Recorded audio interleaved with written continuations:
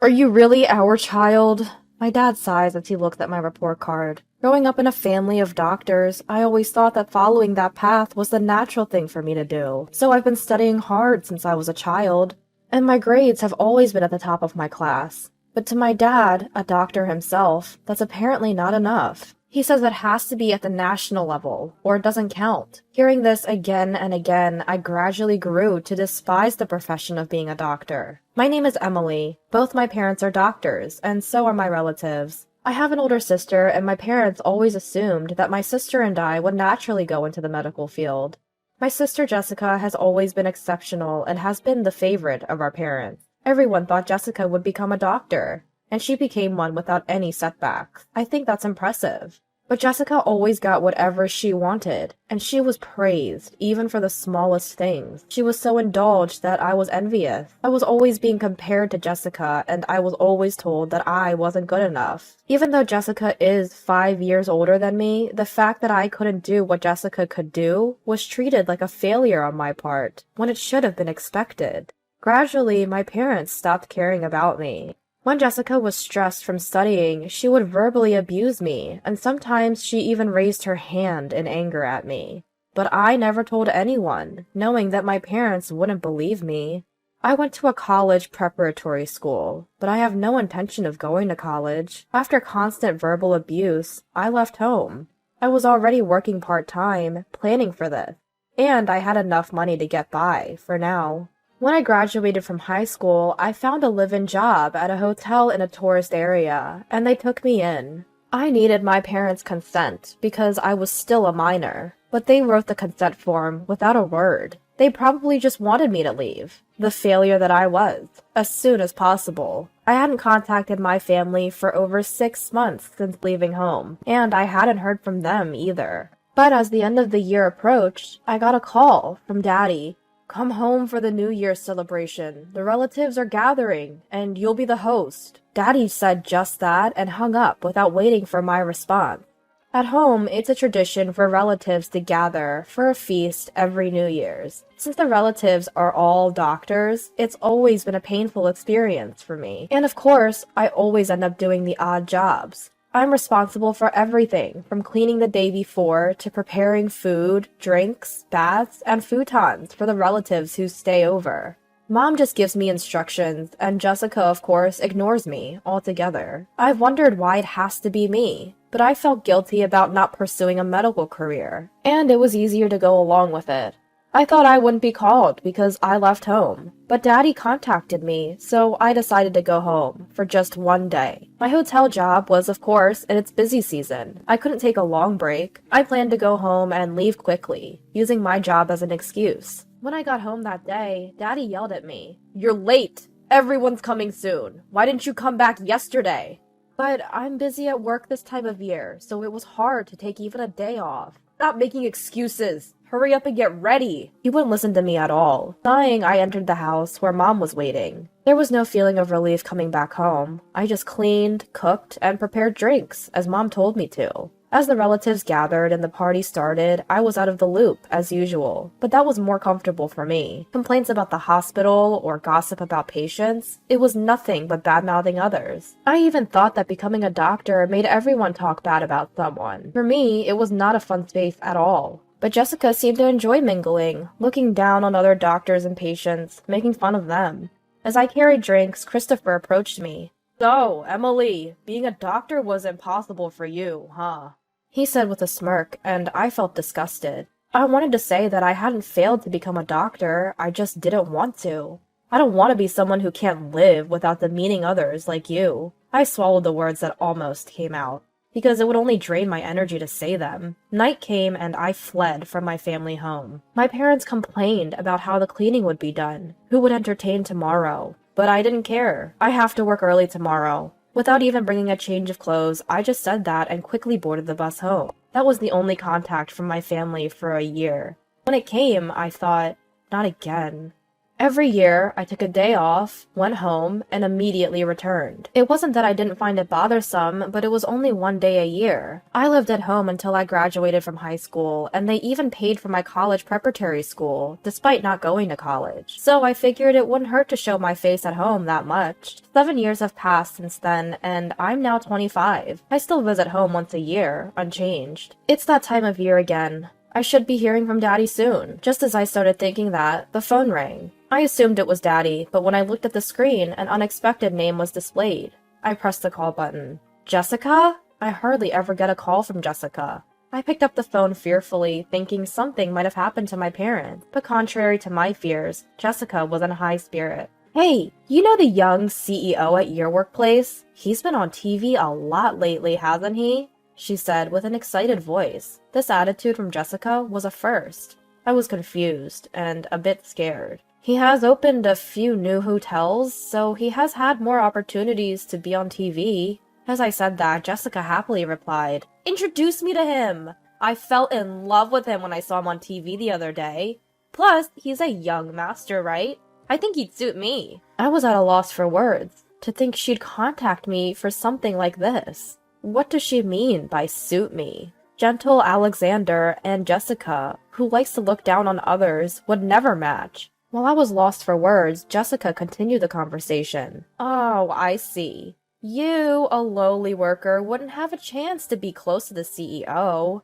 Maybe you've never even met him. Even if you have, a plain woman like you wouldn't stay in his memory." Even though I didn't respond, Jessica kept talking, satisfying herself. I tried to interrupt, but Jessica's momentum was unstoppable.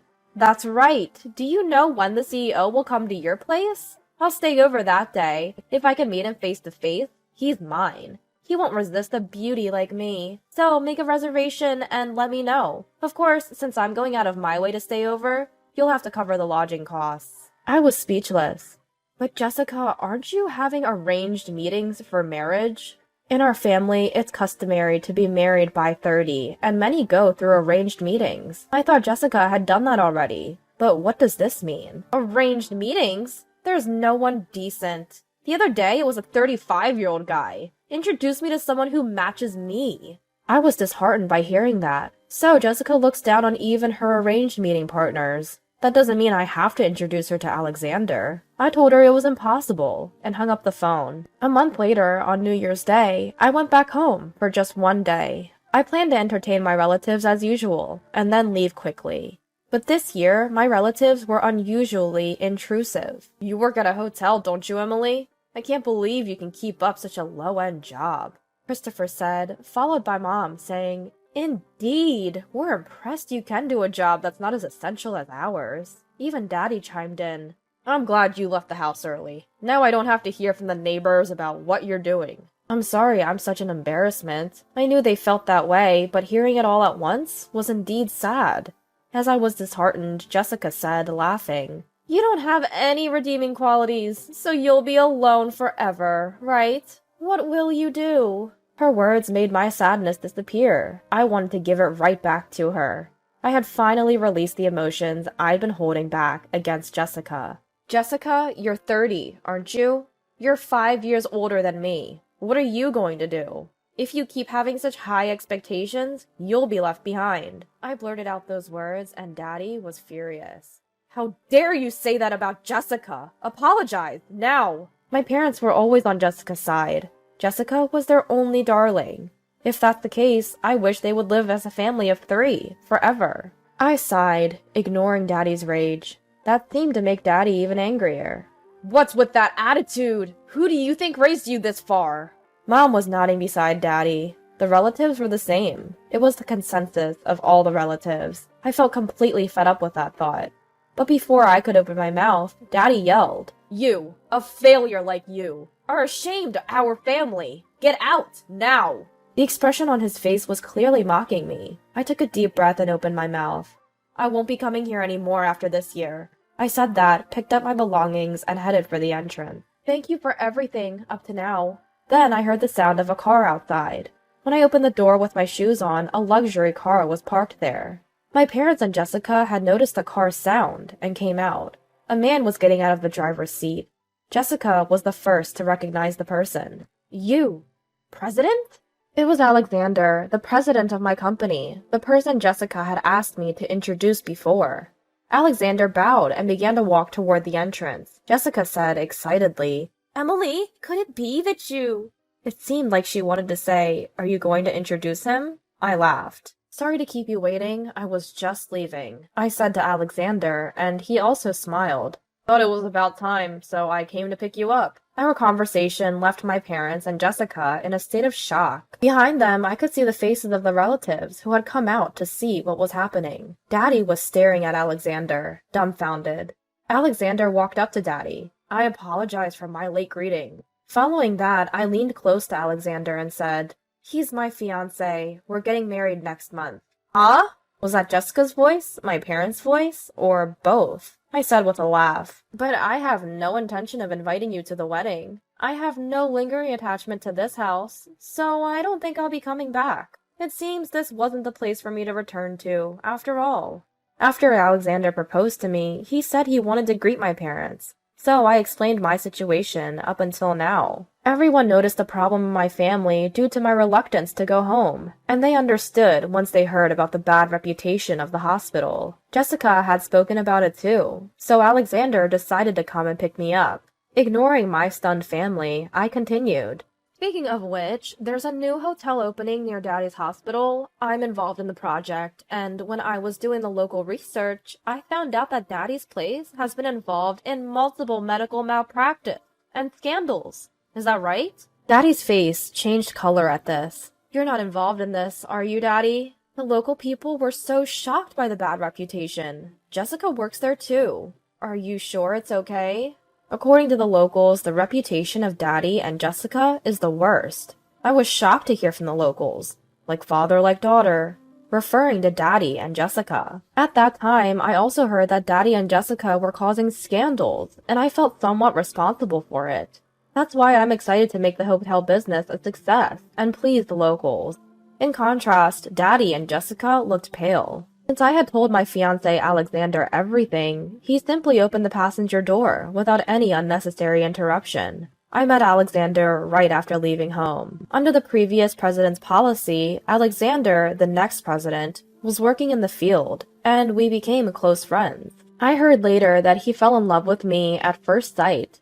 Unlike before, where I was constantly denied, the more I worked hard, the more I was appreciated. I worked hard because I enjoyed it. He seemed to like that attitude too. Alexander took over as president after the previous one fell ill and proposed to me about 6 months ago.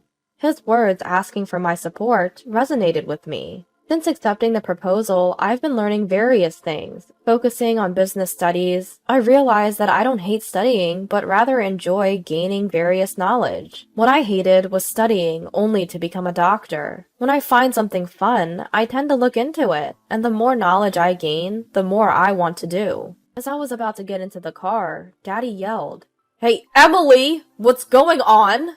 But I smiled and said, "I'm no longer a daughter of this house. Goodbye." Leaving my confused family behind, the car quietly drove off. Later, the new hotel opened successfully, and I was busy working on site from the first day when it was fully booked.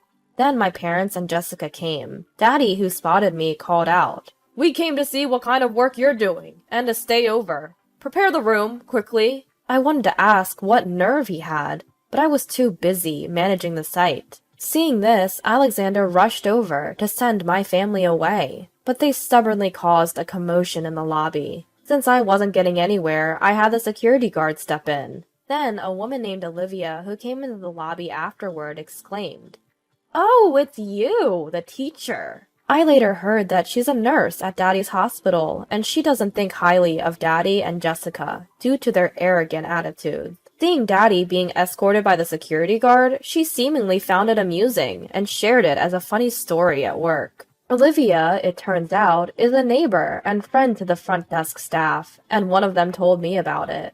Naturally, the rumor spread throughout the hospital, causing Daddy and Jessica some embarrassment. As for Mom, she used to work at the same hospital, but has since retired. However, her retirement was in name only, as the truth was she was forced to quit due to a scandal. I accidentally heard Olivia slip this information. I had another job to attend to and was at a different hotel when my parents and Jessica came to the hotel again. Frustrated at their audacity, I had no hesitation in calling the police, and they were taken away for obstruction of business. Because of Daddy and Jessica's past behavior, the rumor quickly spread in the hospital. The hospital, already struggling financially, was apparently forced to shut down. Passing by my family's home a little while later, I saw it was vacant. They must have sold it out of financial desperation. I also heard rumors that Jessica's attempts at matchmaking had failed, so maybe various local gossip forced them to leave. I've changed my cell number, so they can't contact me. And of course, I have no intention of contacting them either. With the opening of the new hotel settled, I'm looking forward to my wedding next month. With wonderful Alexander by my side, both my work and personal life are looking brighter than ever.